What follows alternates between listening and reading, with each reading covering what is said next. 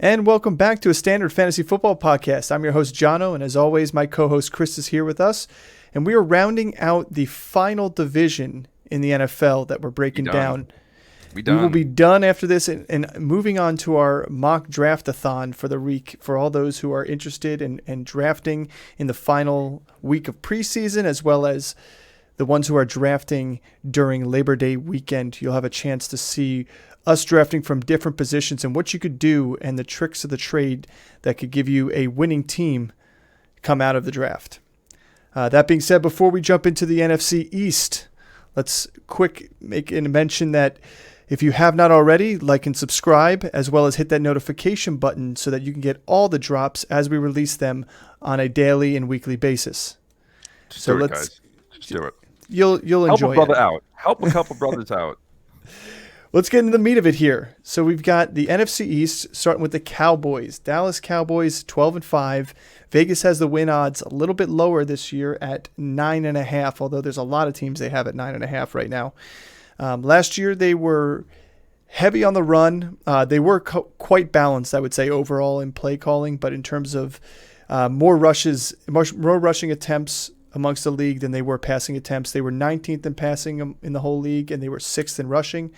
But they did, however, put out good values, being 18th in rushing yards, so it was pretty equal there. And they were top 10 18th in passing yards, 8th in rushing yards, so top 10 in the rush. That was behind Zeke and Tony Pollard. And with the old offensive coordinator, Kellen Moore. Biggest thing here is going to the season, this offense is going to be running what they call the Texas Coast offense. Mike McCarthy's brainchild, underneath the guise and leadership of Brian Schottenheimer, the new offensive coordinator. So it's going to be interesting here, and we'll dive into these players, starting with Dak Prescott, who having an 84 overall ADP, and he's going at QB 10. So he's still keeping himself in top 10 contention for QB, even though last year the guy played 12 games, and in those 12 games, he threw 15 interceptions. It's not good when you're a quarterback that throws it over an interception a game average.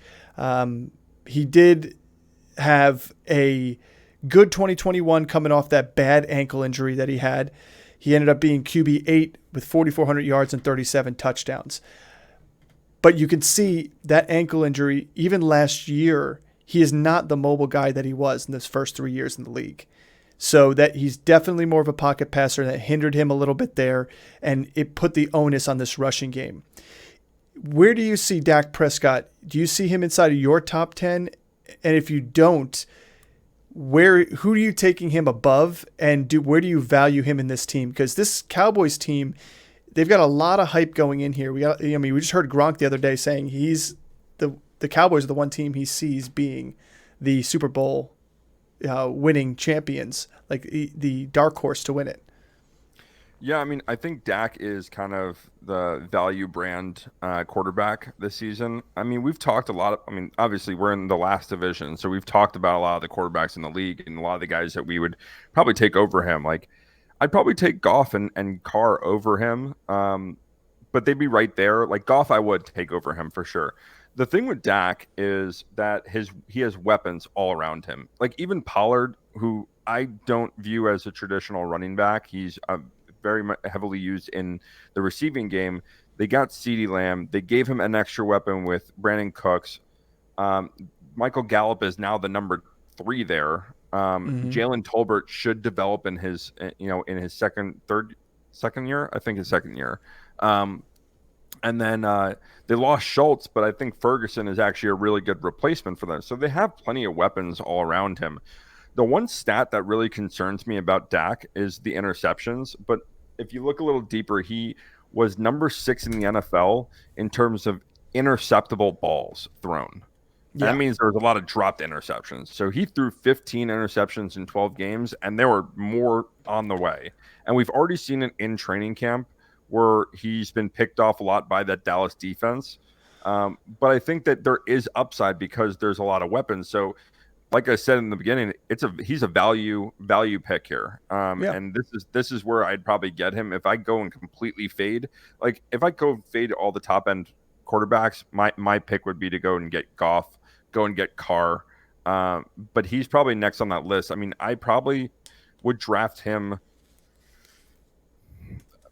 He's right there with Russ, and with me, and I wouldn't see him as inside my top 10. I wouldn't put him there. I think that there's a lot of other good players that are in that conversation, and there's a lot of other players that I would rather have. And unless you're drafting a 2 quarterback league or someone gets backups, like I think Dak could be undraftable outside of the top 12. So outside of in single quarterback leagues, you're talking about, yeah.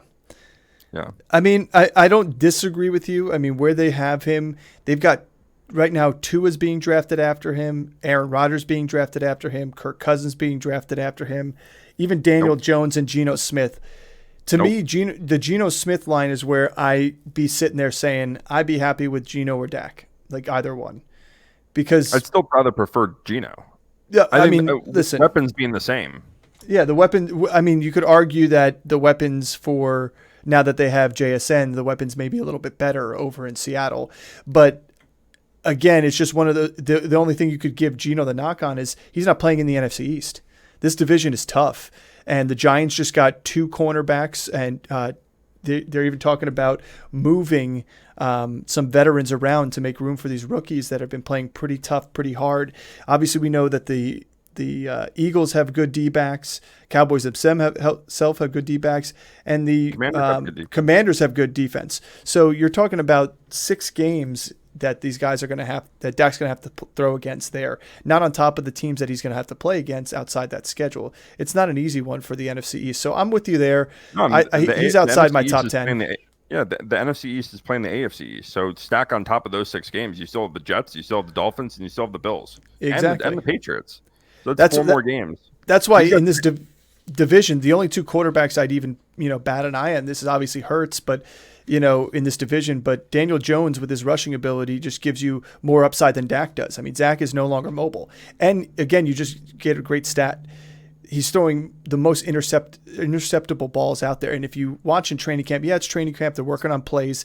But I saw him try and throw a corner fade to Brandon Cooks, a guy under 6 foot tall into double coverage. Like, how are you not expecting that to be picked? Like, yeah, I get it. They're running through plays, and it's a reach in terms Just of wait until we get to Brandon Cooks. There's an interesting stat on that too. But I will say at the end of the day, I don't like what I saw last year from Dak in the 12 games he did play. He's going to really have to have a bounce back year for him to prove it to me. And I'm just saying, no longer have Kellen Moore.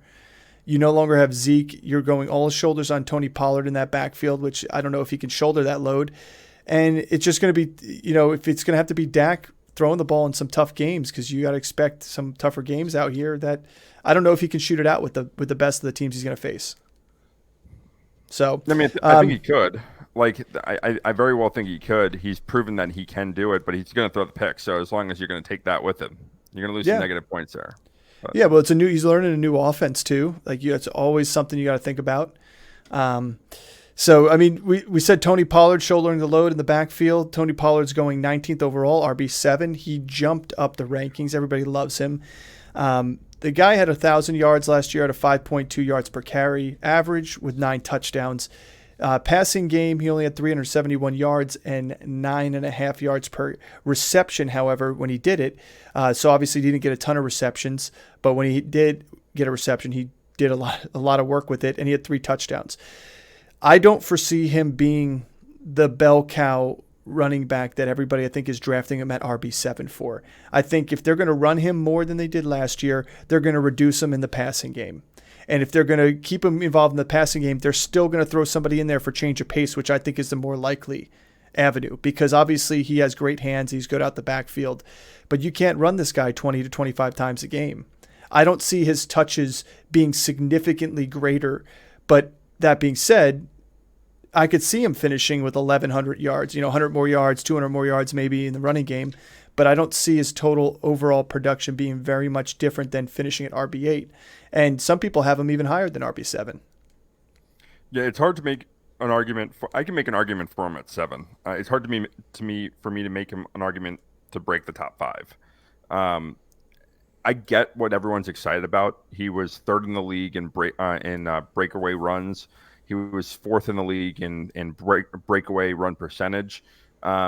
You talked about the yards per touch and the yards per carry. He was elite in that. His yards per reception for a running back was number 2 in the league.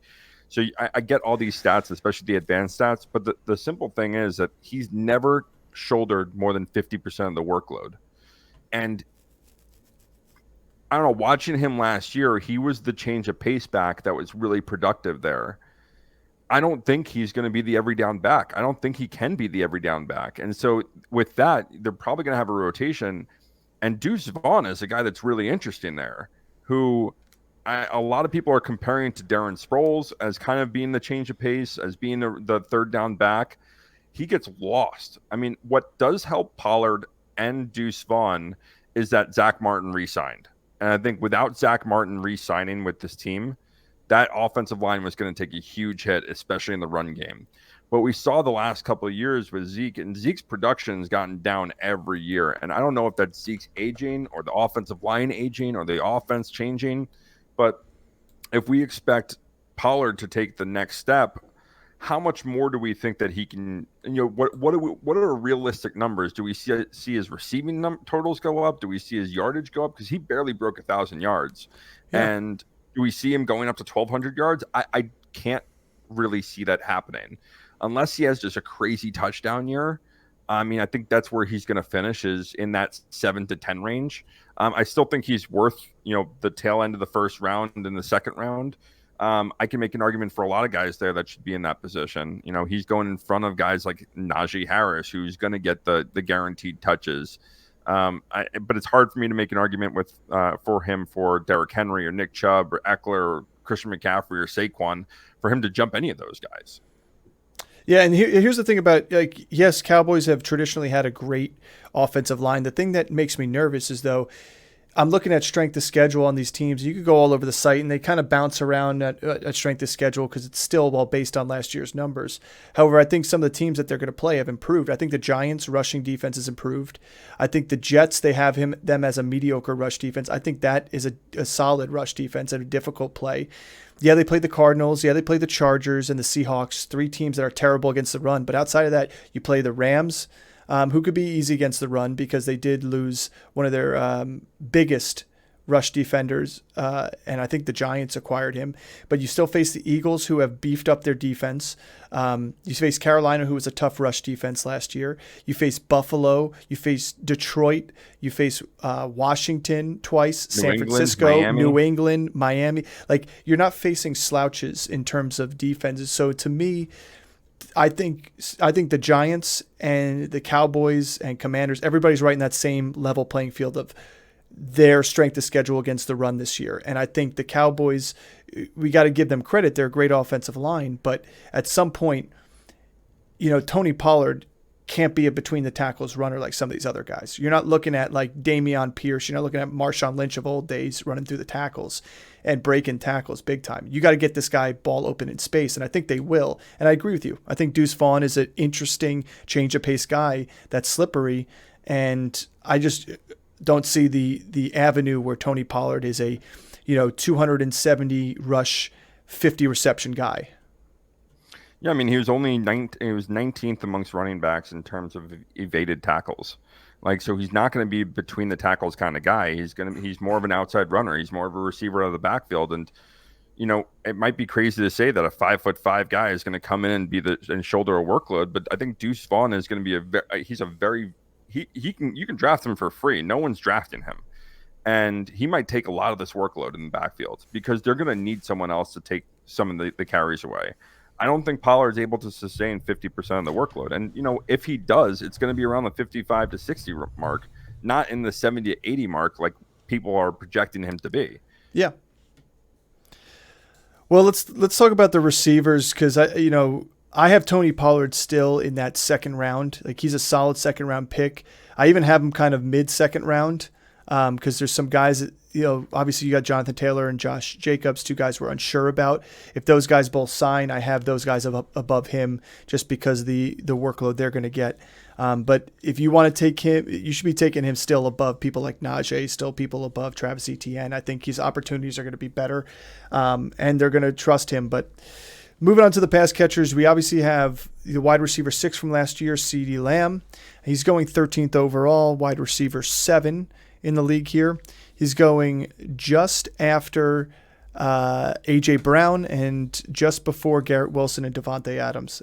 This guy last year, 1,359 yards, 9 touchdowns.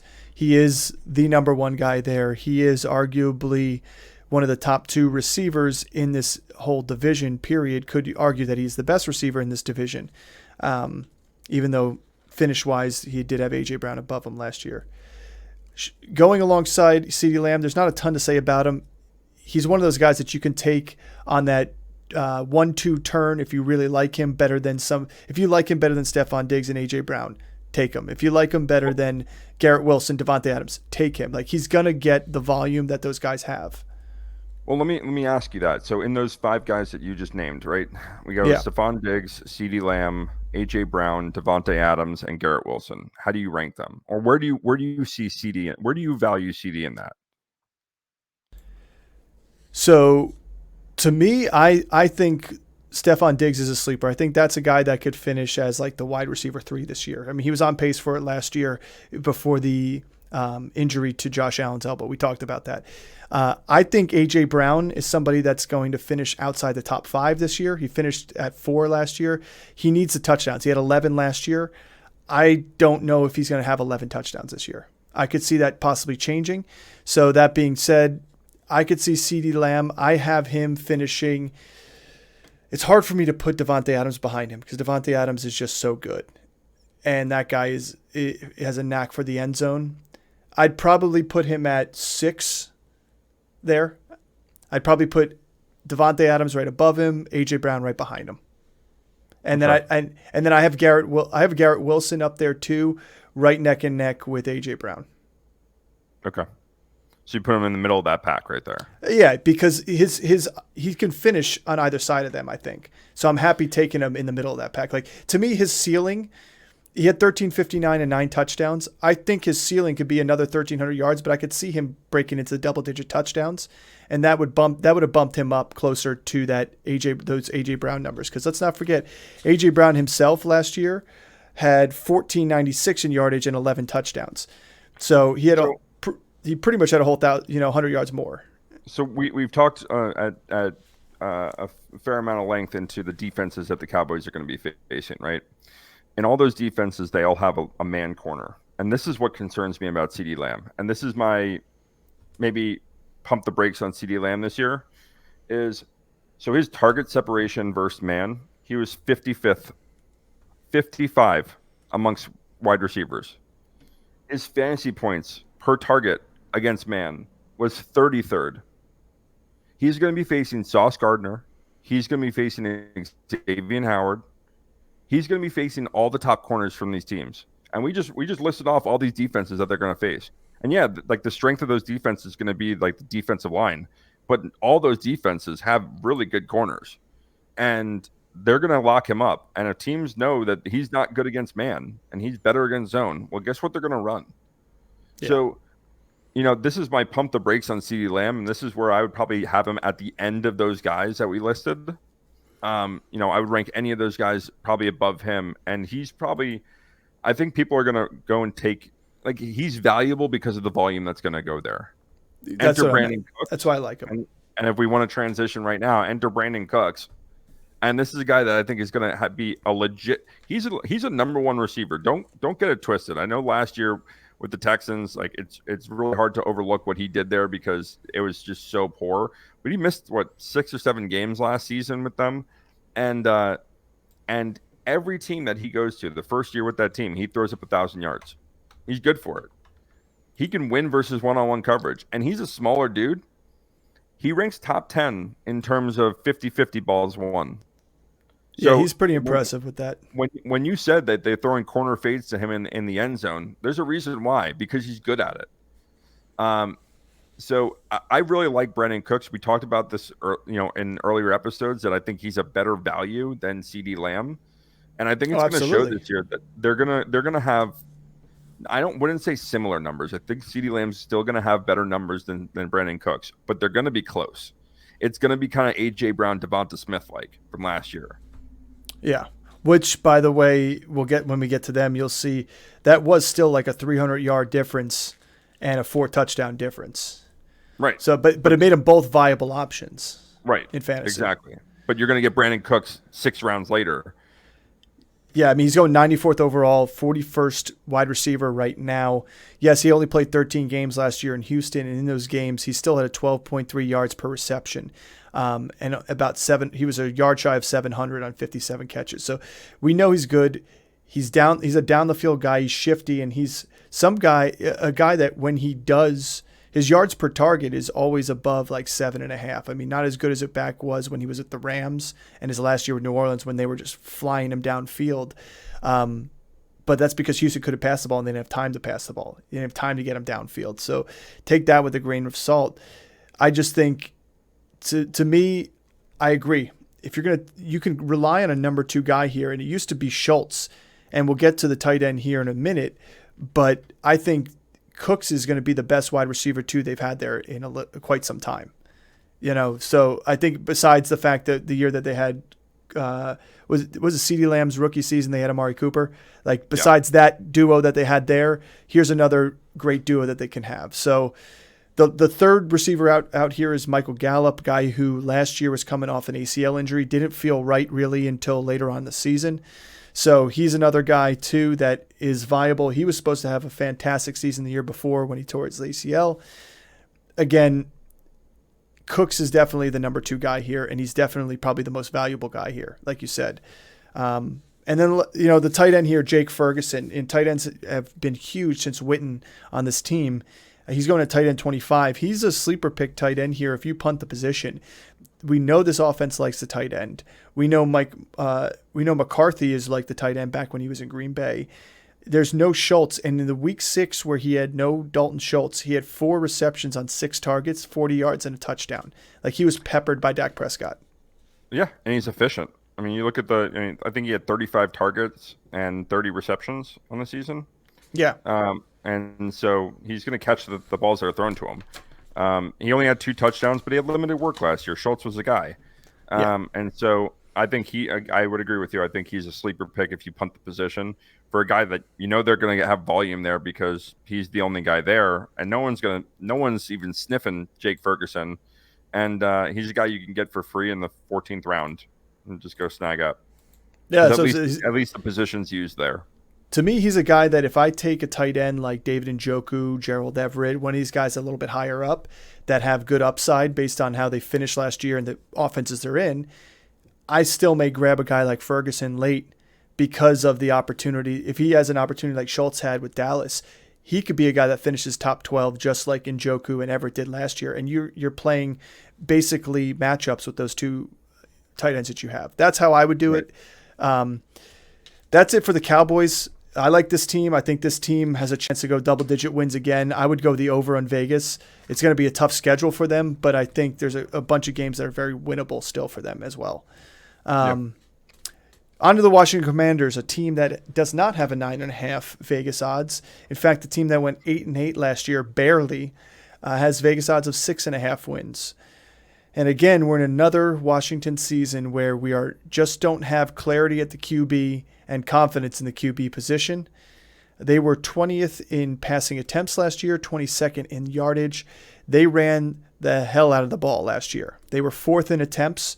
If that surprises you, yeah, they were 4th in attempts.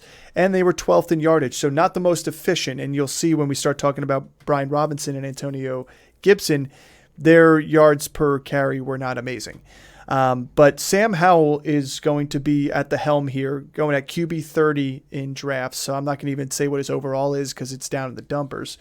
But in the one start he did have at the end of the season last year, he was 11 for 19. He had 1 touchdown passing at 169 yards. He also had 5 rushes for 35 and a touchdown. He did throw 1 pick, but still ended up as a QB7 with 20-plus fantasy points for the week. So that's on a rookie season, late season start, a throwaway game, and you give yourself an opportunity now to start the season, get some full work with the ones, especially with Terry McLaurin and Jahan Dotson for a whole offseason. I know I said this before in a short. I don't see him being able to give both those receivers 1,000-yard seasons. It's just not going to be. I mean, like, they may throw enough this year to do that because they may have to in behind the games, but their defense is still so good. It may keep the games lower scoring, and it may be a possession and clock situation as well. But I don't see him being able to throw the ball enough to give both those guys 1,000-yard seasons. However, I think he's going to be efficient and good enough to lead this team for the season at the quarterback. I know some people are saying, like, Jacoby Brissett's going to be in there by halfway through the year. I don't see a reason why you would do that. Like, bringing Jacoby in doesn't do anything for you. You're not getting an eye on what Jacoby could do for you in the future. Like, give your guy of your future that you drafted an opportunity for the full season. So I'm not drafting him. I'm not looking to draft him, but he affects some position and skill players that we are looking to draft in this league. Well, I think that's a good point, and that's fair assessment. Is that, like, I don't think anyone's really going to draft Sam Howell other than 2 quarterback leagues, but I do think that there's listen, the preseason game, he looked good. Like, he looked in rhythm with the offense. He looked like he was in command. But what I really like about this team as compared to last year, last year they brought in Wentz, and they still had question marks with Heineke, and they had a lot of question marks with that quarterback position. Jacoby Brissett is a legit backup. And so from a fantasy perspective, if you're worried about drafting Terry McLaurin or Jahan Dotson or Antonio Gibson, I don't think you need to worry as much, because if Sam Howell does struggle and they bring in Jacoby Brissett, Brissett can sustain those guys. Look at what he did last year with Cleveland. Look at the receiver production that they had with him there. But I would agree with you. I think that this team is going to be more about running the football. I did an early short, a month or two ago on Brian Robinson kind of being a breakout running back outside of the top 20 ADP. That I think he could break into that top 20 ADP, because they're going to want to run the ball, and I think that Brian Robinson, coming off of an injury, getting shot 3 times last year, especially in a muscle like the glute, which is, your power muscle. Guys, the glute is your muscle of power. If you don't have, look at every athlete, look at, everyone says the quad, but all those guys that have quads, they got glutes too. And so him losing that, I think he's always been kind of a power back in between the tackles. I don't know if his efficiency is going to go up, but I think he's going to get the number one in the early down work, and Antonio Gibson is going to be kind of used in kind of that running back out of the backfield. So I do think, even with the struggles that you might see at the quarterback position, the running back position is intriguing, because you're getting these guys really late in the draft. Like, I think very late in the draft. Yeah, if you have his ADP in front of you for Brian Robinson and Antonio Gibson. Well, I'll just finish on real quick and I'll get to the ADP on Brissett. The only thing I will say about Brissett, and just looking it up real quick, he is under 200 yards a game in his career.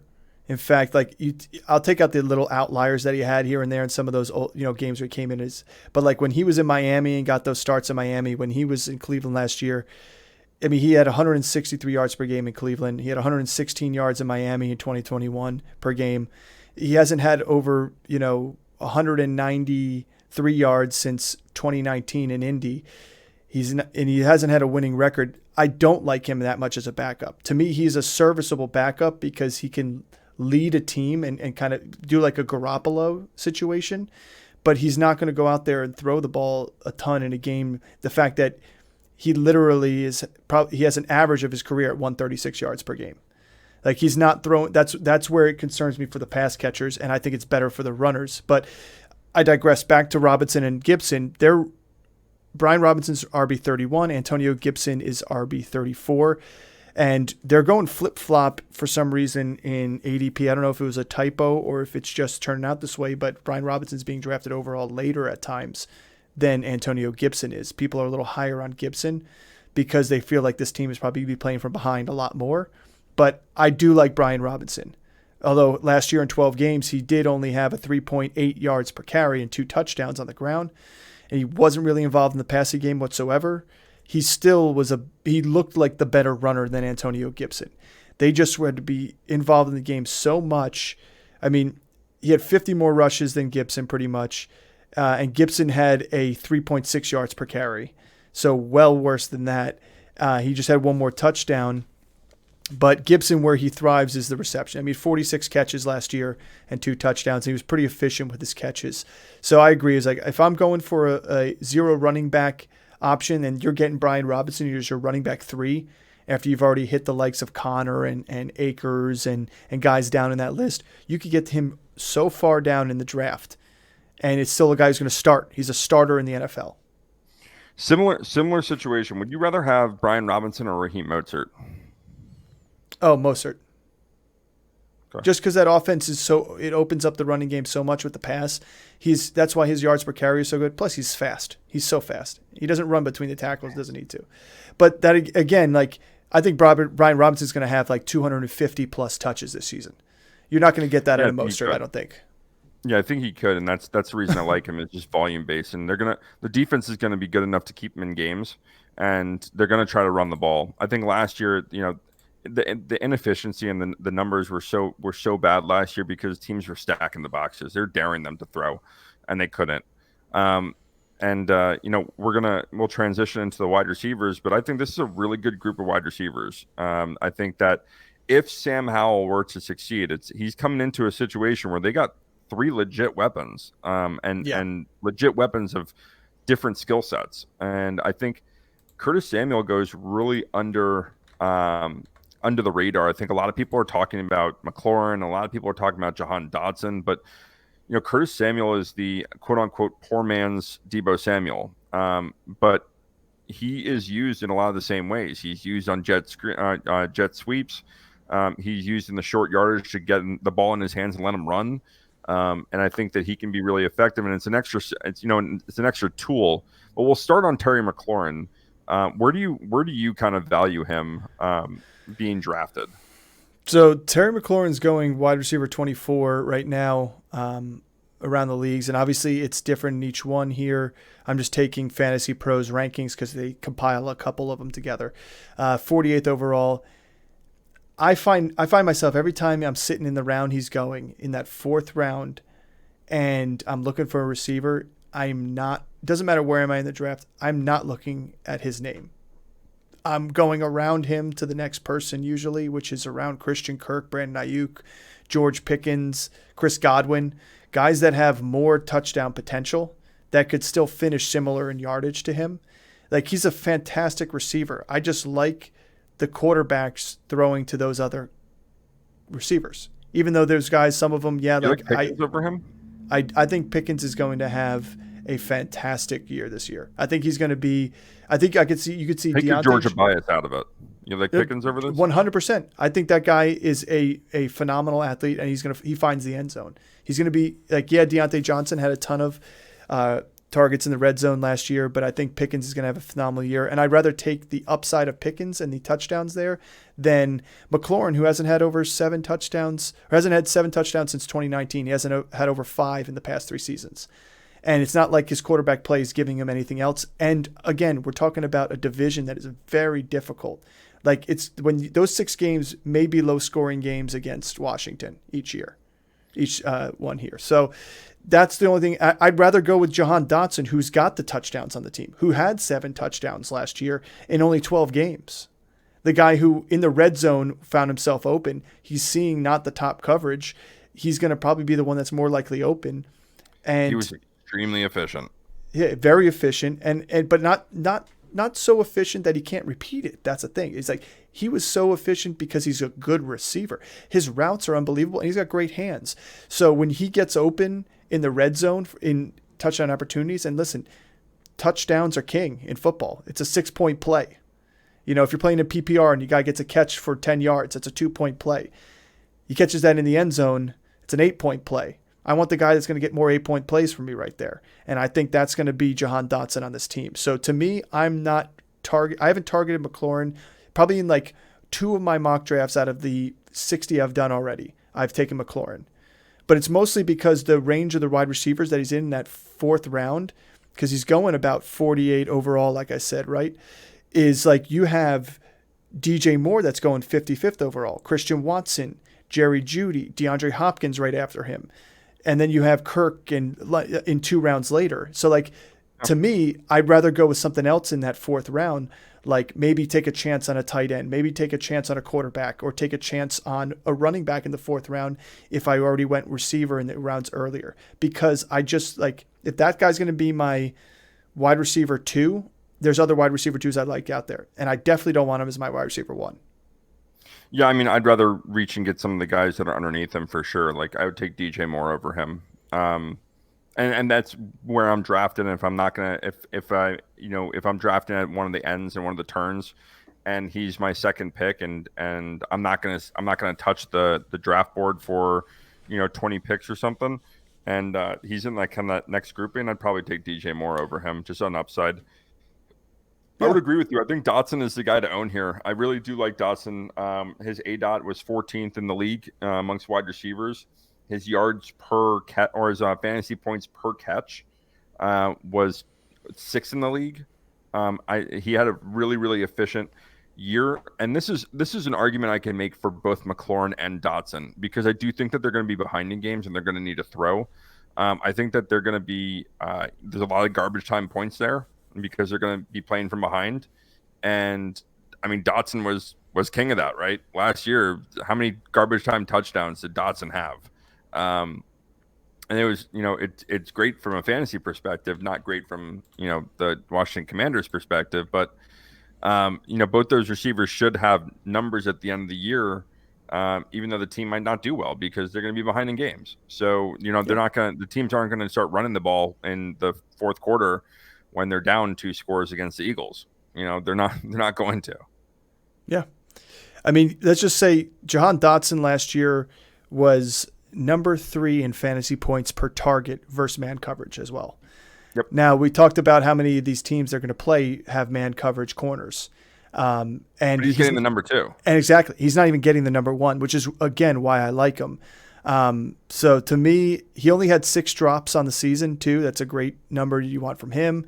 He had a 50% contested catch rate. So for a guy his size, that's not bad either. I'm trying to see if I could find his, the amount of times he ran out of the slot, but I couldn't figure that out earlier. And then it's not significant enough, but that being said, like I said, and you said it too, in the league, 121 snaps out of the slot. Yeah, I see it right there. Slot snaps versus route run. Yeah. So to me, you said it and you put the nail on the head. He's not facing the top coverage. We already talked about how difficult these cornerbacks are going to be. Dotson's going to be the guy that's going to be open more times than McLaurin. We got Dotson here. We got Dotson. And then you said Curtis Samuel, and I'm glad you picked him up because I wanted to talk to him briefly too. This team's going to have to get creative to score points.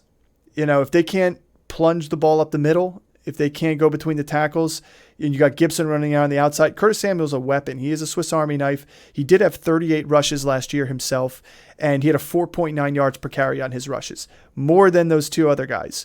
So he's going to have opportunities. He had 5 total touchdowns, 1 rushing, 4 receiving. I like it, especially late game. Like, this guy's going to be that underneath route guy, because we all know, and we're going on to Logan Thomas here, that guy can't stay healthy.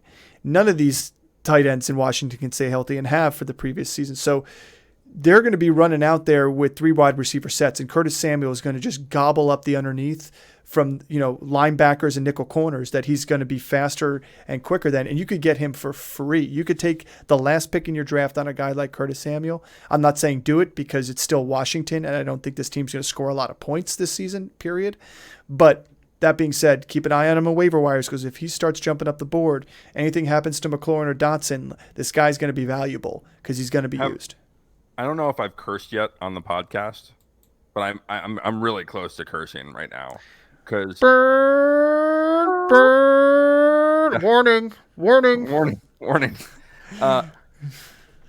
Goddamn freaking Carson Wentz. Fuck you. All right.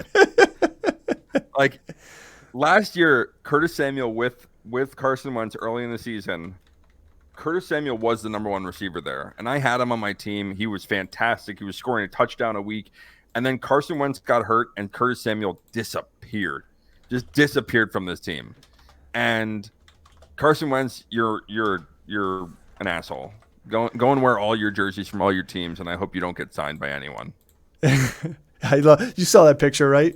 He's literally wearing yeah. a piece of every single uniform of the teams he's played for. He's like a high schooler. I'm like, what are you doing? I mean, here's the thing about Curtis Samuel that and we'll move on to the tight ends here, not to say really tight end here, but you talked about it in the game log. He was targeted literally 30 times in the first 3 games. Then 7, 8, 5, 8. And then literally after week 8, he never saw more than 5 targets again. And that wasn't until week 14 and 15. He did miss a game with an injury, but it wasn't like he wasn't playing. I mean, he had 8 for 55 and a touchdown week 1, 7 on 9 targets for 1. He was all over the place. In fact, like he literally they used him in rushes. And he had 30 rushes. Well, he had 2 touchdowns he had 4 touchdowns in the first. Out of his 5 touchdowns, he had 4 of them in the first 2 games. Yep. So he's somebody just to keep an eye on. He could be somebody that sneaks in and gets a lot more uses than people expect, depending upon if they want him there. So, and that brings us to Logan Thomas, tight end 35. We're only bringing him up because it's our duty to bring him up. This guy is fallen from grace. Let's just say he's fallen from grace. I mean, we're talking about the 2020 tight end 9, was it back then, I think? Or was he higher than that? But, I mean, literally, I got to look that up. He hasn't been healthy since. Cannot stay healthy and hasn't been healthy since, and that's the problem. Like, every time he gets on the field, he makes a great catch, and then you're like, yes, Logan Thomas, like, you're on my bench, or yes, I started you this week. And then you take your eye off the TV screen, and he's, poof, gone. It's ghost.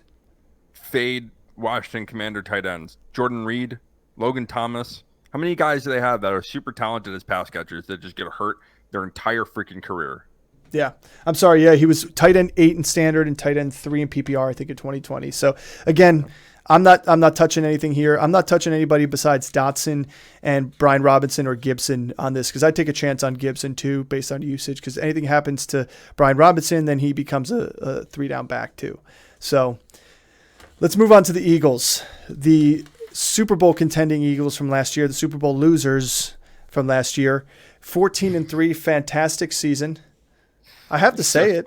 You're so spiteful. I'm not that spiteful. I mean, yeah, they shoved it to us in the playoffs, but they won. They were 14-3 last year. Vegas has them at 11.5. They were 23rd in passing attempts. That was the number that surprised me in the league. 23rd in attempts. Chris, they were 8th in yardage last year. This team was hard to defend, period. They were also 3rd in rushing attempts and 5th in yardage. And all was at the hands of Jalen Hurts, the guy who arguably was a runner-up for MVP. The guy is going 22 overall in fantasy drafts right now. He's QB3.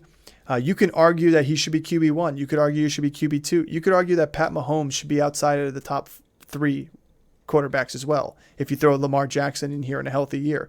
So that being said, he had 3,700 yards, 22 touchdowns, only 6 picks, so he was efficient.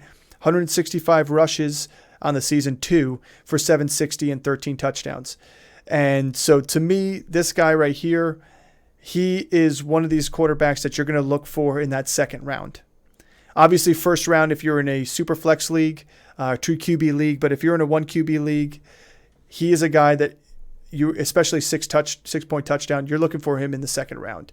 He's going to be a hot commodity, and I expect his numbers to at least be the same. I can make an argument for him being a first round and being the first quarterback off the board. I think this team is going to be passing a lot more. Again, we talked about the defenses that are in this division, and we've talked about the defenses that that the Eagles are going to have to play, and then the strength of those teams being the defensive front. And if they can't run the ball effectively, they're going to have to throw the ball. Yeah. Let me throw these stats at you. All right, he was 16th amongst quarterbacks in passing attempts. He was 12th amongst deep ball attempts. He was number 4 in QBR. He had 2,000-yard receivers and a 700-plus yard tight end. And he was 16th in the league in passing attempts. He was super efficient. I know a lot of people are hating on Jalen Hurts. And saying, I just said that he's 23rd in attempts and 8th in yardage. probably the most efficient quarterback in the NFL when you look at it that way. And you want to go, if you look at the rushes, number one in quarterback carries, number one in carries per game, number one in red zone carries by a lot. Yeah. And then number one in rushing touchdowns, number three in rushing yards per game. What the Eagles can do and I really love this offense. I really do. And from a fantasy perspective, you have to love it. And you want a piece of this because they are efficient. And everyone from every position, they can score points from you. So I don't care if it's A.J. Brown or Devonta Smith. I don't care if it's Jalen Hurts that I get. I don't care if it's one of the running backs that I get. I don't care if it's Dallas Goedert that I get. I want a piece of this offense because they're really, really, really good, and they're efficient with the ball, and they have a great takeaway defense that's going to give them plus possessions. Yeah. I have in my rankings, I've been shuffling things around. I kind of have in my projection for this year being neck and neck Hurts and Josh Allen. And I give the nod to Allen because the amount of times he throws the ball and the fact that he can throw for over 4,000 yards and still rush for almost 700 himself. But the thing about these guys, it's a cheat code. And we talk about the cheat code with Lamar Jackson and you talk about it with Justin Fields. It's different for these two guys because the size they have, when it's a short yardage play in the goal line area, it is automatic. It's almost 100% that they're going to make it across that goal line. They don't have to run some play action to do it. They don't have to do it. Like they literally get the snap and they get pushed from behind by the running back and they're across the goal line. Same thing on fourth downs. So these guys can do that plus run out in the open. It is no wonder why there's a chance every season for them to be over 700 yards in rushing. I give the nod to Allen on the passing side, but I think Jalen Hurts could step up even more this year on the passing side because I don't think that everybody's giving Miles Sanders a lot of grief. Like, yeah, he didn't have a touchdown 2 years ago. And then all of a sudden had a big year last year and it was with the best offensive line. But Miles Sanders isn't a slouch running back. Like he came into the league and even as a rookie, he was decent for the Eagles. I think, in my opinion, is Rashad Penny, 6 yards per carry. DeAndre Swift, the guy was RB23 in only like 14 games. And he had a 5.4 yards per carry. You've got some good running backs coming in here. Those two guys can't stay healthy, and then you get Kenneth Gainwell, who was a late season hero for them, playoff hero. It's still going to be Jalen Hurts. This guy's still going to have a ton of rushes, and he's going to have to.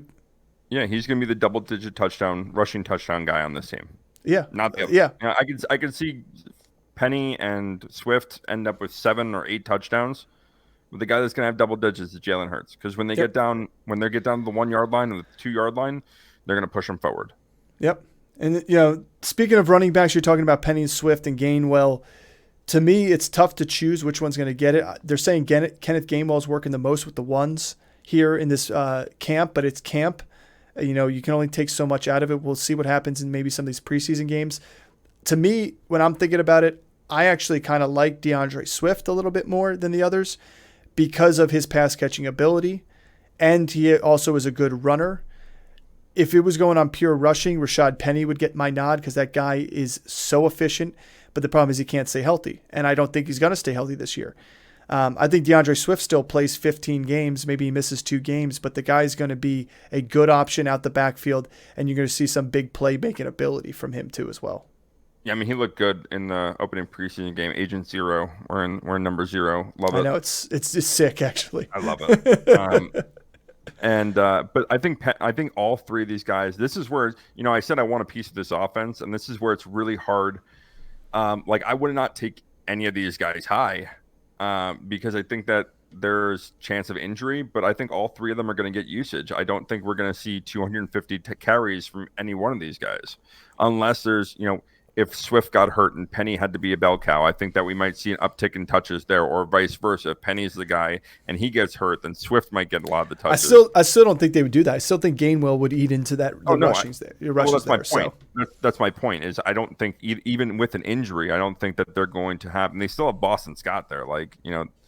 He's scampering around back.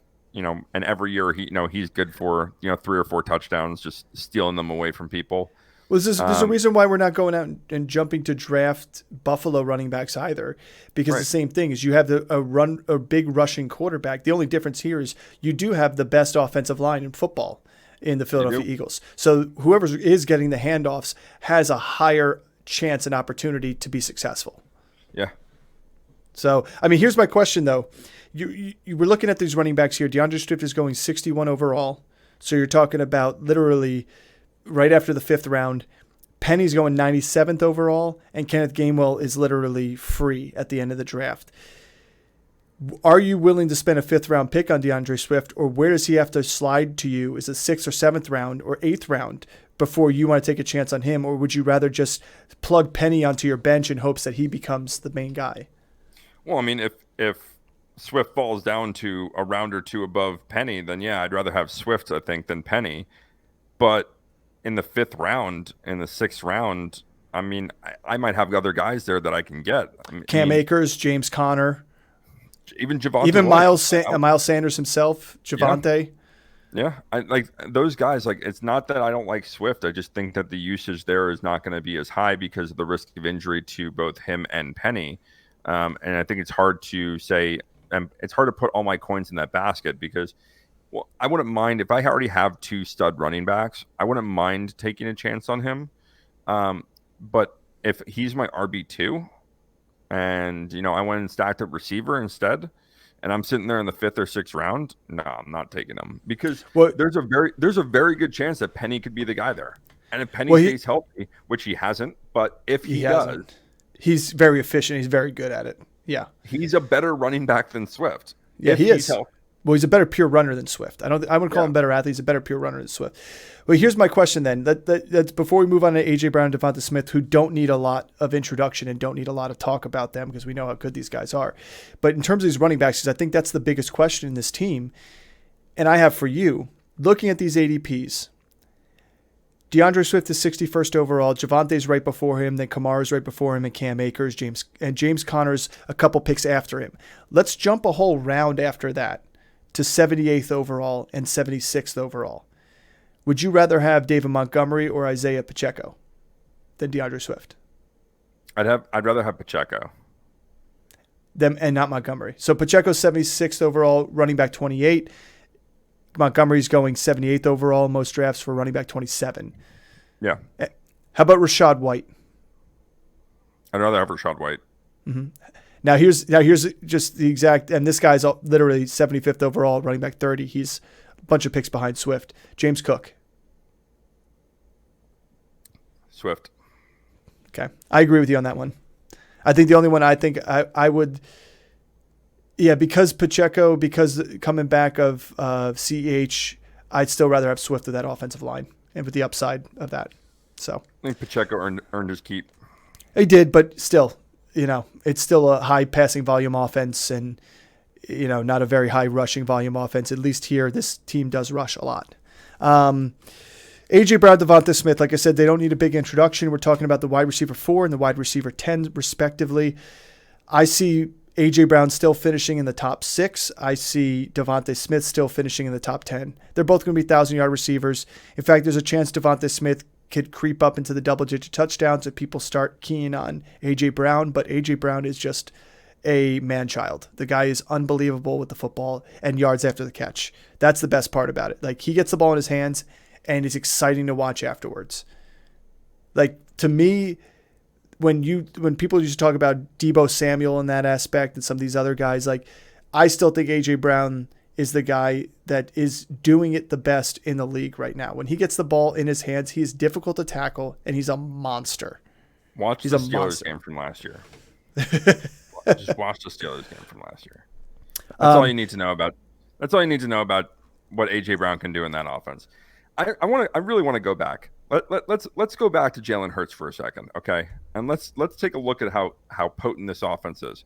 You have the number 4 fantasy wide receiver and the number 10 fantasy wide receiver, but they were 12th in the league in passing attempts, or he was 12th in the league in passing attempts, and he sustained 2 top 10 fantasy receivers. It's going to get better, and it's going to be better for them, and they complement each other really, really, really well. And a lot of the knock on on Devonta Smith is that like, oh, when AJ Brown takes over the game, he disappears. He had 95 receptions. He out targeted AJ Brown. He still had over 1,000 yards. He still had 7+ touchdowns. Yeah. So, like, yeah, you're getting you're getting a 2-round discount on that, or a 1-round discount on that. AJ Brown is going to go in the first. He should go in the first. Absolutely should. And he had a 29% target share. 29. Yeah. That's insane for a wide receiver. Yeah. He was number 8 in terms of target share, so he's a top 10 guy. His targets were 8th. His target rate was 9th. His deep targets were set number 7. His yards after the catch was 2nd in the league. That's the best part about it. 2nd in the league. Yeah. So I like him a lot. I'd be getting, if I'm in that 1-2 turn, I'm 100% happy that I can grab this guy. The best part is if you're not at the 1-2 turn and at the 12th, pick or the 11th pick or 10th pick where you can grab a guy like him and you miss on him because you're at the 1-2-3 pick, you're going to get Devonta Smith at the 1-2-3 and that 2-3 turn anyway, because that's where he's going in his ADP. Like there's a chance you get him. So like you're going to have an opportunity. This is what's killing me the most is I drafted Devonta Smith in the 7th round last year, and I have him available as a keeper, and he's going to go in the 3rd. And like I really want him, and I'm torn to keep him on my team, because his production's there. Like he's such a valuable piece of that team as a possession receiver. And yeah, like the knock on him is his breakaway is not that good. He doesn't break a lot of tackles, but he catches the ball and he catches everything that's thrown to him. And believe it or not, for a smaller guy, he's targeted a lot in the red zone. And so I think that those numbers go up, and I know the splits with Goddard in there, but listen, they were super efficient last year as an offense, and they did not need to throw the ball. I think that they're going to be in a lot more games this year where they're going to need to throw the ball. And if they need to throw the ball, Jalen Hurts' numbers are going to go up, and it's going to go up because of these 3 guys. Yeah, Jalen Hurts was great with his efficiency, and him and Daniel Jones both, they both threw under 6 interceptions on the season. Like these guys did a very good job of protecting the ball, and but that's what happens when you don't have a good opportunity or good pass. You tuck and run, and that's what he can do. I like him as a quarterback. I like Dallas Goedert. I've moved him around a lot in my rankings. Before I talk about him real quick, you have Olamide Zaccheaus and Quez Watkins, 2 other guys. They've all played support roles here and there. To be honest with you, there's nothing of worth to really chat with them. They both done a good job. Zaccheaus did a great job in Atlanta, and to be honest, Quez Watkins, when he's been called upon for the Eagles, he does a good job too. So if an injury happens to one of these receivers, keep an eye out on the waiver wire because one of these guys would give you flex appeal pretty quickly. But Dallas Goedert is tight end 10 last year, only in 12 games, which is a pretty good number. He had 55 catches, 700 yards. The stat that got a little eye-opening for me for Dallas Goedert, I didn't realize he had almost a 13 yards per reception average. That's pretty high on a tight end spectrum there. Usually your top tight ends are the ones, when you go over 11, 12 yards per reception, you're getting a top tight end in the league. And you could see his numbers going up and his touchdowns going up because he had 3 if he does go for a full season healthy, which he's been able to stay pretty relatively healthy in the past. So he's somebody to look out for. Again, he's not going to be part of that first tier. He's not going to be part of that second tier. He's going to be that tier right before you get to kind of the garbage. And when I say garbage, just where everybody's the same. I don't know. I have him in that second tier guys. I think he's kind of right in the mix with Schultz. But see, that's where I have Schultz under there. See, I have your top tier. I have Mark Andrews, Travis Kelce, and then my next tier I have Kittle, Waller, Hawkinson, like right there. Well, and then I include that in like the tier of the only one tight end guys that I would draft, and then you have the next tier of kind of like the hodgepodge of the mediocre guys, and then I just tier them a little differently than you do, but you see what I'm saying? Like I have him in that. I have him in the same group you have him in, but he's in that 6 to 10, 6 to 12 range of guys. I think he could finish as a tight end 1, a top 12 tight end. and I don't see him going out of that minus an injury. But like I said, I expect this offense to be in a lot more games this year, and we saw in the Super Bowl when they had to go into a shootout mode, when they had to go toe to toe with a good offense. Look at what they did, and look at what the production that came from all of their guys. And so I really like Goddard as a guy that if I do fade on the top 4 or 5 guys, that he's probably going to be my next guy up. I would probably rank him higher than Everett, higher than Njoku, higher than. I'd probably put him right there with Pitts. Although I like the offense better than I like Atlanta, so I'd probably put him right above Pitts. Yeah, that's what I'm saying. I moved him around. I could make the argument for that too as well.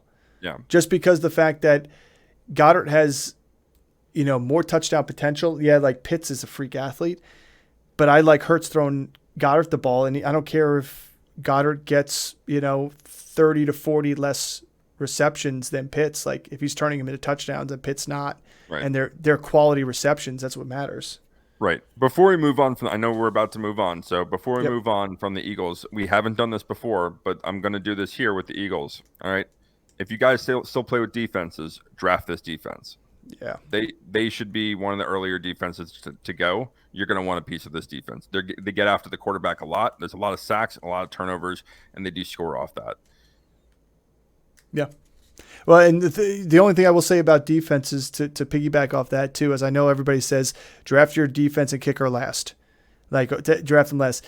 It depends on the league you're in. I mean, they're talking about leagues where defenses start with 0 and then could go into the negative. Or defenses, but if you're in a league where your defense starts with positive points, 10, 20 points, and then all of a sudden they lose points based on production, but then they can gain points based on sacks and interceptions and stuff. This is you can jump up in the 11th or 12th round and get the best defense in the league and roll out with that, because based on who's around you and what your needs are, you may have the team you want already and are okay punting that pick to get the team like the Eagles as your defense. So, New York Giants, 9-7 last year. Oh, the New York football Giants. Yep, and my cocaine cowboy. Guy did a lot of cocaine. Lot of cocaine.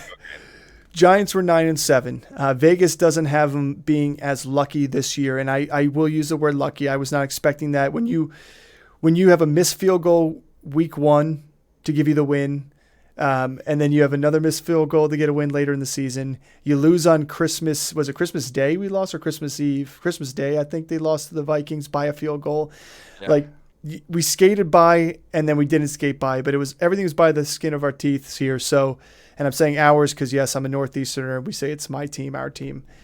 Vegas has them at 7.5 odds. I don't disagree with them, but I see the Giants could still end up at 9-7 this season. They were 25th in passing attempts, 27th in yardage last year. It was an improving season for Daniel Jones, who threw for 3,200 yards. But they, again, were just like the Eagles. Heavy in the rush. 8th in attempts, 4th in yardage. Even more efficient.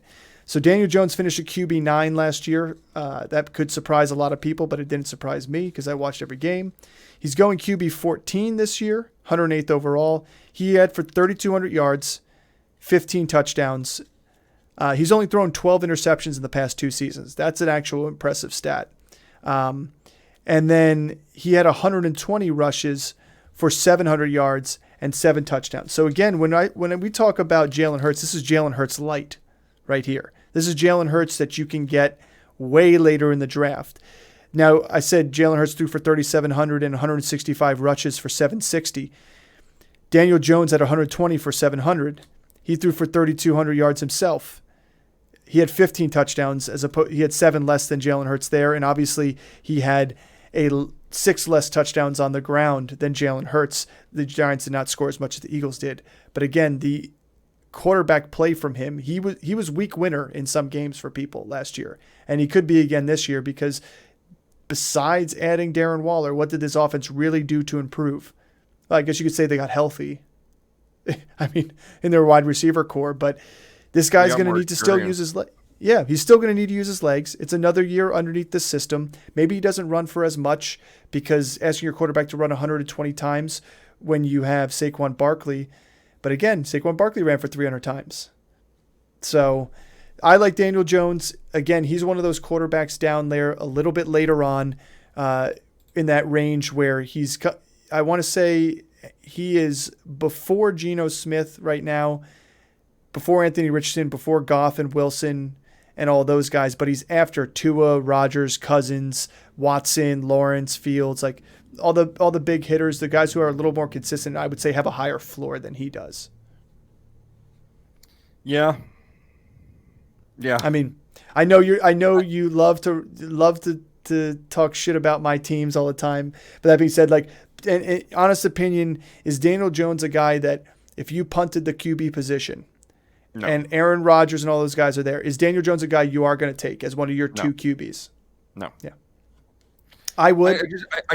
Listen, I get the running upside. I just don't trust the passing upside.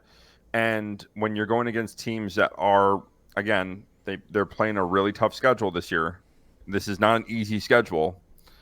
Those close games where they might have won last year, they're going to be in tougher defenses that are going to stuff the run, and it's going to make Daniel Jones have to pass the ball. And it's something we haven't seen from him yet on his efficiency being up. Now, I do like his building up off last year. I know his touchdown numbers were low last year in terms of passing touchdowns. Yeah. But he cut back on interceptions, which I really like. And I think if he continues that path, he's got to, like, in order for me to see him have value there, like, he's got to be throwing 25 touchdowns.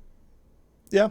Well, here's the thing: is if he threw at least a touchdown a game last year, there were a total of 6 games last year where he didn't throw for a single touchdown, and you give him 5 of those, 5 to 6, you give him all 6 like that, you get him into the 20 range. He still wouldn't have thrown 25 touchdowns. Like, he's going to need to do that. But I mean, again, you're talking about a quarterback that was able to, in a wild card game, yeah, it was against Minnesota, but he was still able to throw for 300 yards and 2 touchdowns and run for 78 himself. He ended up being, in that wild card game, was QB3, but obviously less quarterbacks there. But he still was QB2 in a 40-point game against Indy. He had a 30-point game against Jacksonville. They had a much easier quarterback schedule last year, and this quarterback schedule this year is not. It's not going to be the same thing. It's not a walk in the park. So when I originally thought going this season, it's like, man, they're going to try and dial back Daniel Jones's rushing, and this is where I could see Saquon getting more rushes. And then I looked at the schedule, and I said to myself, he's just going to have to run. It's not like they're going to plan the runs. Like, yeah, they're going to put him in there, but he's going to have to scramble, and he's going to have to run. And he's faster than people think he is, because he's facing some really good defensive pass rushes. He's facing some really good coverage corners that there's going to be coverage sacks because of, plenty of them. Well, that's my point. It's not like they're going to blitz him and get pressure. Like, these teams can rush 4 and get pressure after him. So he's going to not have to beat them with his legs. He's going to have to beat them with his arm. And have you seen enough out of Daniel Jones to trust that? And my opinion is no, I haven't. And I don't think that they brought a lot of, besides Darren Waller, I think that they have a piecemeal of weapons here. Well, Paris Campbell, I thought that was a good piecemeal. Yeah, that's true. I mean, anything's better than Kenny Golladay, right? Yes, dude. Yes. I mean, the fact that we were rolling out Kenny Golladay and Kadarius I'd rather Toney. take Plax with a bullet in his leg. Yeah. Well, I mean, here's the thing for Daniel Jones, and before we move on, because I want to talk about the receivers here, because that's going to be probably the meat of it, because people are going to wonder, like, well, the Giants, besides Daniel Jones or Saquon, and Waller, who could I draft? And we'll talk about that. But Daniel Jones, they were 25th in attempts last year.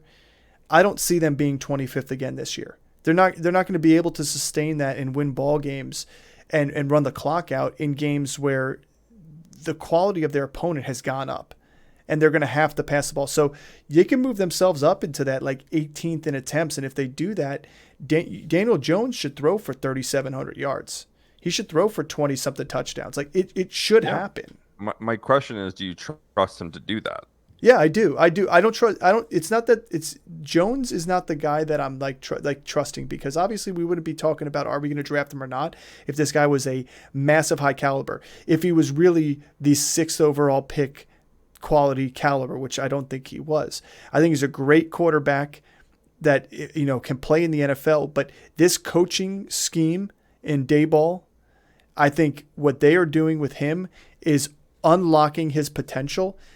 But he doesn't have the ceiling that Josh Allen has, I don't think, at all. And I don't think he does. He obviously doesn't have the weapons and stuff here either. But that being said, I think you could see him flirting with 4,000 yards. It's the touchdowns that this team concerns me with. It's just scoring the touchdowns. I think 4,000 yards is ridiculous. How do you think how do you think that's ridiculous? Tell me. I don't see it. Like, he's going to run more. I don't think he has a sustainable weapon to do that, unless one of these guys really emerges as being 1,000 yard. If he's throwing for 4,000 yards, he's going to have a 1,000-yard receiver, and we'll get to the receivers in a second. But I don't see any of those guys being around that 1,000-yard range. I'm not saying he's throwing 4,000. I'm saying he's flirting, so he's around 3,800 yards. Okay, I can see that. I can see that. 4,000 yards is a lot. I'm saying flirting with 4,000 yards as his ceiling. Yeah, as his ceiling. Let me ask you this. Justin Fields, Daniel Jones. Oh, Justin Fields, because you got a guy who could rush for 1,000 yards versus a guy that I think hit his ceiling last year with 700. I'll take more rushing yards. I'll take 300 more rushing yardage. Yeah. Yeah. Again, 1,000 less passing yardage, 300 more rushing yards. I mean, like, to me, the fact that Justin Fields is being drafted so far ahead of him is you got to also see that, like, Justin Fields is going to have a giant leap. Right now they're projecting him on Fantasy Pros to have just under 3,500 passing yards, and they're saying about 650 rushing yards. So, and I think like that's a good number to start with increase in weapons with Darren Waller and a fast, speedy slot receiver in Paris Campbell. Sure. And healthy receivers. I think you could tack on 400 more yards if they end up having to throw the ball a lot more. Sure. Just based on that alone. So moving on to Saquon Barkley, we'll stay short on Barkley. I put a little short out there. If you haven't taken a look at it, go take a look at our shorts, and you'll see my short on why Saquon Barkley could be the running back 1 overall this season. And I will continue to do them for the rest of the top running backs that people are drafting. I did Eckler and I did Chubb. I also will be doing the same thing for Derrick Henry, Bijan Robinson as well. So looking at Saquon Barkley, he had a resurgence here, 295 carries, still below the number of carries as some of the top 4 guys ahead of him, besides Eckler, obviously. But when you look at Josh Jacobs, you look at Nick Chubb, you look at Derrick Henry. Chubb is the only one that's closest to him, and his efficiency was way better than Saquon's. But those other guys are getting 340 to 375 carries. I could see some carries going up for Saquon here. And I could see his touchdowns. He had 10. I could see that going up. And the fact that he didn't have a receiving touchdown, I could see that changing. He had 57 catches. Again, if in trouble in these games, in these tough situations, I think they're going to go to the one guy they trust the most, and Saquon Barkley. I could see him being around 65 receptions again this year, close to 400 yards, give him a couple of touchdowns in the end zone. He ends up with 12 total overall. He ends up with a total of 17, almost 1,800 total yards. Like, I think that's where his route to RB1 is. Yeah. I mean, I really like running backs that are in contract years and have chips on their shoulders and something to prove. Eckler, so I do like Saquon. Eckler and Saquon this year. Taylor. Nope. He's disgruntled. That's not. No, but it's his contract year. It's his 4th year. Yeah, very different though. There's a lot going in. Josh Jacobs, if he signs a franchise tag. Yeah. I think Jacobs is a guy that, like. I agree with you on the Taylor stuff. He's just disgruntled. Like, they're finding excuses. They're like, no, we don't want you here. You don't want to be here. Like, here's an excused absence. Here's your hall pass. Go. Yeah. But anyway, Saquon Barkley, go ahead. He finished RB6. He's in a good situation. He's in a good situation. I really like, and the fact that, it's not a lot of money. I know the people have talked about his incentives that are in the deal. It's only like $900,000, which, like, I get it. It's a lot of money. But in terms of. I'll take it. I'll take it too. I'll go run Big for wing. I'll go run for 1,300 yards. Just Yeah, give me the ball, dude. I'll run for 13,000 yards. All right, just give me the ball. I won't do it in an NFL game, but I'll go and do it. No, Give I'll me do it in an 900. NFL game if I'm making $1 million I in know. incentives. My body will never be the same. I'll catch 65 passes out the flat blind. No thanks. Remember those Kimbo Slice videos? Dude, remember the hit on Reggie Bush? Oh my God. That's when I'd be dead. I'd be dead. I'd be dead. I'd be dead. But like I even though it's not a ton of money in terms of the running back perspective, he does have incentives for all career highs. And so I think he's going to be motivated to go and do that and earn every cent of what he's going to make and what the Giants can pay him, as either just like faiscata to the Giants organization, or be like, I'm here, this is my city, like this is what I'm going to do for you guys. This is and my he's going team. to earn it. Yeah, and he's going to earn that contract by the Giants. And I think that the Giants would, if he does hit all those incentives, end up re-signing him to a long-term deal to keep him there. But yeah, he has got 1,300 yards. I think he has to have 13 total touchdowns. I think he has to have 65 it's 11 total touchdowns. 11 1,300 yards, and he has to have 65 receptions. To me, 1,300 yards, he did it in 16 games. He's one touchdown away from that with one receiving touchdown. And he only had 57 receptions. If he catches a couple balls that were tough there, I mean, like you're literally talking about most drop passes from running back. Yeah, and that's the other thing I don't like about Daniel Jones. We talked about this on the side, but you need 8 more receptions on the season to do it. Like it can happen easily. Yeah. And I think if we're able, the Giants can spread the field with their new weapons that we're going to start talking about here with like Jalen Hyatt, Darren Waller, and stretch out that field a little bit and open up some underneath room for Saquon. I think his average depth of target will also go up because he was catching a lot of passes at line of scrimmage, behind the line of scrimmage, and trying to let him do the work there. They weren't really getting him in quote unquote open space either. Well, that's the thing that's like, so this is why it's really hard for me to rank him in above Chubb and above Henry and above CMC and above Eckler. Is his stats, like, I know he's a dynamic guy, but he has the most stuffed runs in, like, I think he's a top 3 amongst running backs in stuffed runs. Like, he's getting hit and hit often. And I like those offenses a heck of a lot better than I like the Giants offense. And I know that the Giants offensive line is better than it was 2 years ago, but they're still rebuilding that offensive line. And even though they were efficient in running, we had a rookie center. Yeah, even though they were efficient in running last year, and they had the yardage to prove it. They had 700 yards on the ground from Daniel Jones. I don't think Saquon has the ability to have 1,500 rushing yards. And yeah, he can get the all-purpose yards there, but I don't think he's close to being a 1,000 guy. And so that's not since his rookie season I could see that happening again. I don't think they want to do that with him either. Right, but there's no one else there. I mean, they brought in James Robinson, they have Matt Breida. Like, there's no one else there to give work to. Yeah, it's his backfield. I told you, like, the pathway to RB1, it's there, especially based on his incentives. Like, if he gets 330 carries this year instead of 295, you give him 35 more carries. 35 more carries at 4 yards per carry, 4.4 what he had last year. There's a chance he hits 1,500 yards. Yeah, I mean, but again, it's ceilings. You're drafting him for a ceiling. Yeah. Well, let's talk about the wide receivers here. Again, it's not much to write home about, but you got Darius Slayton, Isaiah Hodgins, Paris Campbell as the top 3. And then coming off the bench, you do have Jalen Hyatt, the rookie, as well as Wan'Dale Robinson, who's coming off an ACL tear, last year's rookie. You also have Sterling Shepard, who is going to be a Giant for life. He wants to retire a Giant. He is also a fantastic wide receiver coming off an ACL injury. Those are two. No, they didn't cut him. Those are 2 guys that I'm sitting there saying, like, I'm not drafting obviously Shepard or Wan'Dale. I would take a chance on Wan'Dale Robinson in a dynasty league late. But to me, when you look at it all here, Darius Slayton is not the first wide receiver off the board, but is a great wide receiver for Daniel Jones in the past. Last year, he did have 46 receptions for 724 yards, 10 yards per target, and 15 yards per reception, 2 TDs. He was the most efficient and had the most receptions last year. Didn't mean that much. Isaiah Hodgins came up big at the end of the season for the Giants, outside of Richie James, obviously. And he had 37 receptions for 392 yards, 4 touchdowns. Paris Campbell, newly acquired, is a good slot wide receiver 3, super duper speed.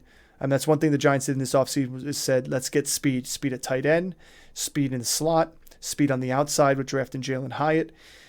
I'm not drafting a Giants wide receiver unless it's Paris Campbell or Jalen Hyatt. And because they're so late, they're being picked up so deep in the draft overall, I'm taking a chance on the rookie. And that's a stash on my bench type of pick. And Paris Campbell, I think, is going to be sneaky one of the more popular wide receivers for Daniel Jones. That's a mistake. Isaiah Hodgins is the guy to own here, and I would draft him. And I think he's probably the only guy. Here's my question. If Richie James was still on this team, would you take Richie James over Isaiah Hodgins? No. I would. Richie James had a better season than Hodgins. Overall, Hodgins came on late in the season. He wasn't playing in the first half of the season. So in terms of, we talked already about Jahan Dotson in this division, who is number 6 in fantasy points per target. Number 7, Isaiah Hodgins. Isaiah Hodgins was also number 1 in route win rate. He was also number 1 in win rate versus man. And that's amongst wide receivers. That's not amongst giant wide receivers. That's amongst all wide receivers. He was extremely efficient in the red zone. The 4 touchdowns. How many receptions did he have? He only had 37. 47 targets he had. Yeah, 37 receptions. 4 touchdowns. He's a big body dude. Yeah, don't get me wrong. I like him. He's good. I'm just saying if Daniel Jones and this offense is going to improve in the passing game, it's going to have to come from a big target receiver that's going to be able to get them downfield. And I think that Isaiah Hodgins is the guy to own there. And not I get it with Jalen Hyatt. I get he's going to have the speed, the over-the-top speed. No, Hyatt's a dart throw. That's a coin toss. Like, I'm taking a chance on it. I'm saying Paris Campbell for the reason what you're saying is somebody's going to need to be able to take the top off this defense and spread the field down, and that's going to be Darren Waller. It's not going to be Isaiah Hodgins. That's going to be Darren Waller more times than not. And to me, I could see what Richie James was the go-to guy in a lot of situations and scenarios on third downs, etc. And Paris Campbell is stepping right in and arguably could be a better receiver than Richie James, although the stats Richie James had last year were fantastic, which is why someone like the Chiefs go grab him. And I think he's a dark horse wide receiver for the Chiefs. He's somebody that I'm looking to possibly get. But Paris Campbell goes into that situation. I think Paris Campbell could come out here being number 2 in targets on the team. Yeah, like you got to like what he did in Indy with like the bad quarterback play there, so he's going to be used to it coming to the Giants. He just needs to stay healthy. But yeah, I mean, like I don't not like Paris Campbell. I think that Paris Campbell and Isaiah Hodgins are the only 2 guys that I would own on this team. I think Slayton's a big play guy, but he's more of a best ball or DFS play than a guy that you're going to own in he's a big playmaker. He's a down the sideline big playmaker, which you like. I mean, if you're going to throw somebody in the flex on a bye week, you could possibly take a chance on him based on matchups. I get the appeal of drafting rookies, but Jalen Hyatt's probably not even like the 5th or 6th rookie wide receiver that I would draft. I mean, he's probably closer to the 10 or if not after the 10. And I just don't think this passing offense can sustain him. And then if you look deeper into his numbers last year, he was really inefficient with like winning routes. He's struggling to do that. He has a limited route tree where he's better suited on drag routes, on shorter slant routes to win. So I think he's going to be at least have to grow into that position. But if we want to move on to Darren Waller and you can say your piece on him and how much you love him and how he's not going to be the next Kenny Golladay for the Giants, like go right ahead because that's a high-priced free agent for a guy that plays very minimally. Well, I will say about Jalen Hyatt, and like I said, I like him for the sheer fact of his explosiveness and his speed, and in a season where the Giants didn't really have that last year outside of Saquon Barkley because Wandale left and Shepard got hurt. You're going to need somebody on the outside with that speed, and he's like, I mean, Darius Slayton's fast too. Don't get me wrong, but Well, not Jalen that's what Hyatt. I'm saying is Not Jalen Hyatt speed. Like even the guys, 4-4. But I'm just saying 4-4 versus on field. It's different. You know it. You played football. You played sports. Somebody could run a 4.40 on a straight line, Sports. but yay sports. But you get somebody that's moving at a different gear, and that's what his teammates are saying. Again, it's a dart throw. I'm taking like my 13th or 14th pick on this guy, maybe even the last pick in the draft on this guy, as a stash away, hopeful that like, hey, maybe by midseason he's being used by the Giants and getting like 5 targets a game because one of those targets could be a touchdown. Well, even there, like, because like Tank Dell's going in the 15th round. He's not going to go in the 15th round after preseason. You know that. He's already being hyped up hard. As of right now, as of today, he's going 15th round. I agree. Listen, would you take Tank Dell or would you take John Mechie's going later than that too, and I like John Mechie. And DJ Chark he's the same explosive speed, breakaway speed, right? No, he's not. I never said that. Also, when you think about it too, DJ Chark's going one of the last rounds, and that guy's going to have a fantastic season, and he's going to have a lot more opportunities because he's going to play. So I get it. I'm not saying for people to go out and take Jalen Hyatt. I'm saying I would take the risk bench spot on it for the upside if halfway through the season this guy is all of a sudden having 60% of the snaps and he's getting like maybe say 8 targets and he gets 5 catches for 110 yards because that's what he could do with the ball real quick. There's a chance. I'm also a Giants lover, so take that with a grain of salt. But Darren Waller, Daniel Bellinger, the two tight ends that are here. I love Darren Waller. I think he's going to tight end 6. I have him in my top 3. I have him as my tight end 3 because there are very few tight ends out there that have done what he done when he was the tight end 2. Travis Kelce has been tight end 1, tight end 2. Mark Andrews has been tight end 2, and Kittle's been tight end 2. You look at the other guys in that list, everybody is thinking Hawkinson's going to go up. I think Hawkinson takes a step back from last year because Addison's now in there. He's going to be a lot better of a receiver than Thielen was for them last year. Darren Waller is going to be just like Travis Kelce in that offense because he is the number 1 pass catcher for the offense, with the caveat that he has to stay healthy for this full season. I get what you're saying, and I get there's a need, but when you're drafting, you can't draft based on injury. If you want to hinge your bets on that and pick up a tight end later on because of injury, go get Dalton Kincaid with high upside in Buffalo later in the 10th round. Get Bellinger in the last pick of your draft or second, 13th round because of the fact that he is still a good tight end. I mean, 12 games like prior to his injury, his eye injury, he had 3 top 10 finishes for tight ends. Bellinger did last year. But Waller to me has the ceiling that had the upside to be a top 3 tight end, and that's why.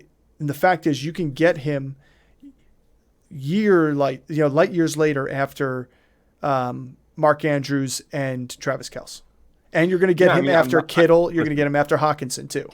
Listen, I've given you a lot of crap about Darren Waller and everything. Like, I agree with you. I think that he has the talent to be a top 3 tight end in the league and to be in the same conversation as Andrews and maybe not as Kelce. I don't think he's at that level. No, he'd have because to do the offense isn't at that level. No, I agree. And that's what scares me about. This is the passing offense of this team scares me. And if you're going to say, all right, I really like this tight end as a top 3 tight end in the league. Well, if you have a guy that is on a bad passing offense, is bottom 3rd in the league in a passing offense, then it's hard for me to fall in love with the tight end position there. I get Waller as an athlete is fantastic, and they're bringing in a legit pass catcher for Daniel Jones, but I don't see the pathway for him to stay healthy the entire year. And then B, to have the top 3 finish because of that. So even if he misses 6 games, I mean, those can be brutal 6 games that he misses. And if you're drafting him at where his ADP is, where if you're taking him in the first 5 rounds, like that's a lot to risk on a guy. And we've seen it with other top tier positions, right? Like look at the other injuries that are scaring people away. Like Lamar is dropping down, right? Everyone's afraid of Breece Hall and everyone's afraid of Javonte Williams, and I get the hesitation with Javonte, but like, you know, Waller has a history of not just significant injuries, but soft tissue injuries that have kept him out for extended periods of time.